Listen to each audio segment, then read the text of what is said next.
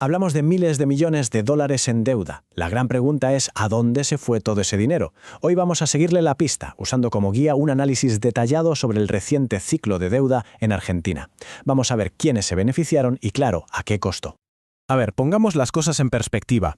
Entre 2016 y 2025, Argentina emitió una cantidad de deuda nueva que es simplemente descomunal. 80.600 millones de dólares. Una suma tan pero tan grande que lógicamente nos obliga a hacernos una pregunta muy simple. Exactamente esa. ¿A dónde fue a parar toda esa plata? El informe que estamos desgranando hoy se mete de lleno en esa cuestión, en seguir el rastro de cada dólar. Así que empecemos. Bien, para seguir el rastro del dinero, lo primero es saber quiénes son los protagonistas de esta historia, ¿no? El informe que nos guía identifica a las instituciones y a las personas clave que estuvieron moviendo los hilos en estos acuerdos.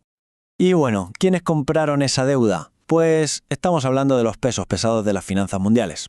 Una lista que incluye a gigantes de la inversión como BlackRock y Franklin Templeton, junto a bancos internacionales que seguro que les suenan como JP Morgan y HSBC.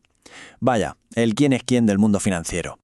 Y aquí es donde la cosa se pone, digamos, más interesante. El informe pone el foco en los vínculos privados, conexiones entre el funcionario encargado de gestionar la deuda pública y las mismas instituciones que la estaban comprando. Fíjense en la tabla. Muestra cómo, justo en los momentos clave de emisión de deuda, su empresa privada tenía relaciones con fondos como Deutsche Bank o BlackRock. Esto, como onímigo, abre la puerta a preguntas sobre posibles conflictos de interés, ¿verdad?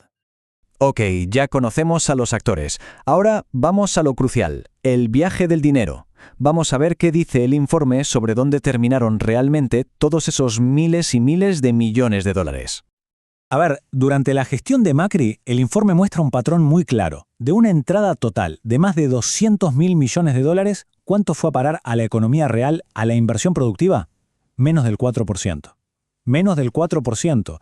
La inmensa mayoría, como se ve, se fue en fuga de capitales, o sea, plata que se va del país, y en otros movimientos puramente financieros. Pasamos a la siguiente administración, la de Fernández. Aquí vemos que la inversión en el mercado interno sube un poco, hasta casi el 14%. Pero ojo, la tendencia de fondo no cambió demasiado. Más de la mitad de los dólares que entraron volvieron a salir. Es decir, continuó la fuga de capitales de manera muy significativa. Y ya en la administración de Milei, este patrón, según el informe, no solo continúa, sino que se consolida. Una parte abrumadora, casi el 80% de los dólares, se usó para fines financieros, pagar intereses, engrosar reservas, pero no para invertir en la economía productiva, en la economía de a pie.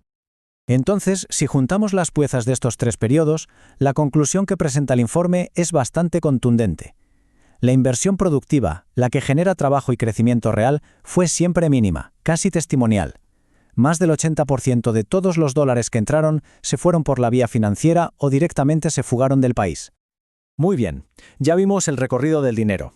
Ahora toca analizar las consecuencias. ¿Quién ganó con todo esto? Y sobre todo, ¿cuál fue el impacto para la economía del país?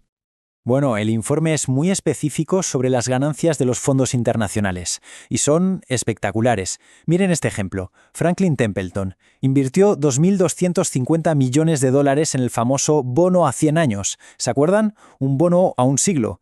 Y le sacó una ganancia de 1.350 millones. Una rentabilidad altísima. Y este gráfico es genial para ver la foto completa. De un lado, la barra enorme de la deuda emitida, más de 80.000 millones de dólares para Argentina. Y del otro, la barra de las ganancias de los fondos de inversión, que según los cálculos del informe se llevaron más de 4.300 millones de dólares limpitos. Ok, ganancias para unos y las consecuencias para la economía local.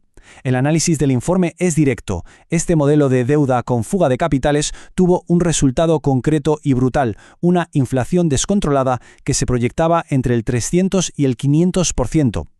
Para terminar, y esto me parece muy revelador, el informe no se queda solo en el diagnóstico, plantea un escenario alternativo, una especie de qué hubiera pasado si, y lo hace para que veamos el peso de las decisiones que se tomaron. Y la comparación es, habla por sí sola. Por un lado tenemos el camino que se tomó, el real, con una inflación que llegó a tocar el 500%.